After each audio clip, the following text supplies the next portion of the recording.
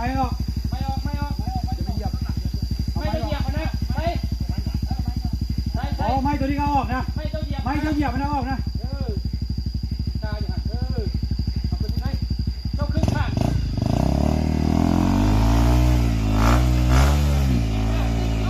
มาเร็ว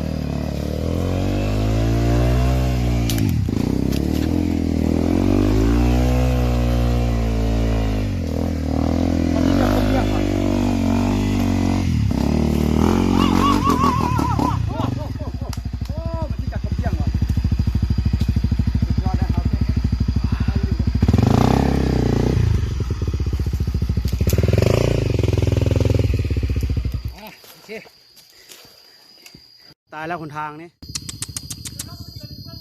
ยากหลายสันนิลีเด้อนี่เด้อสันหลาย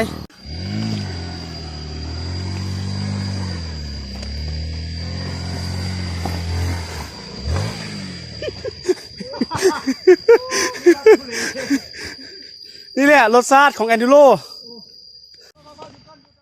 มาดึงพี่แม่มาดึงพี่ก้อนยุดขึ้นมาดึงพี่ดึงจะจ่อแหละมันเสียหลัก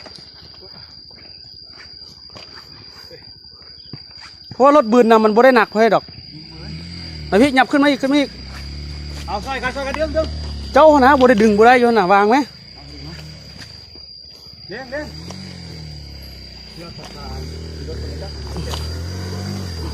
ไปย่างโอ้ยขึ้นก็ได้มาน้อย5ขึ้นมาเบิ่งเด้อบางคนชิง่ายเด้อง่ายครับมองว่ามีง่าย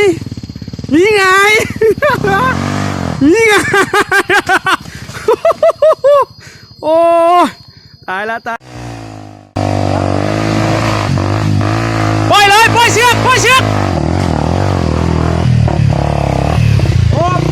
หยุดที่ลงมาไหมเด้งเลย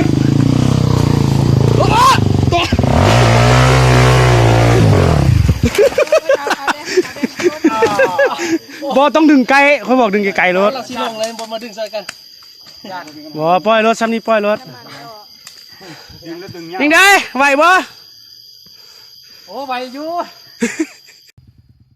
สุรพลเบอร์78สิขึ้นละค่อยปานค่อยด้านสูงพุ่นละ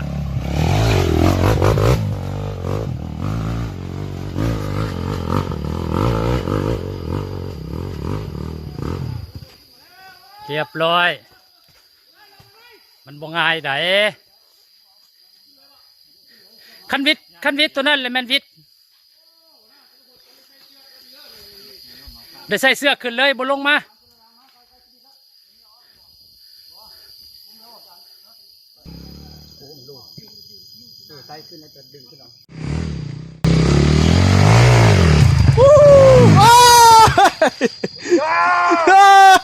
สุดยอด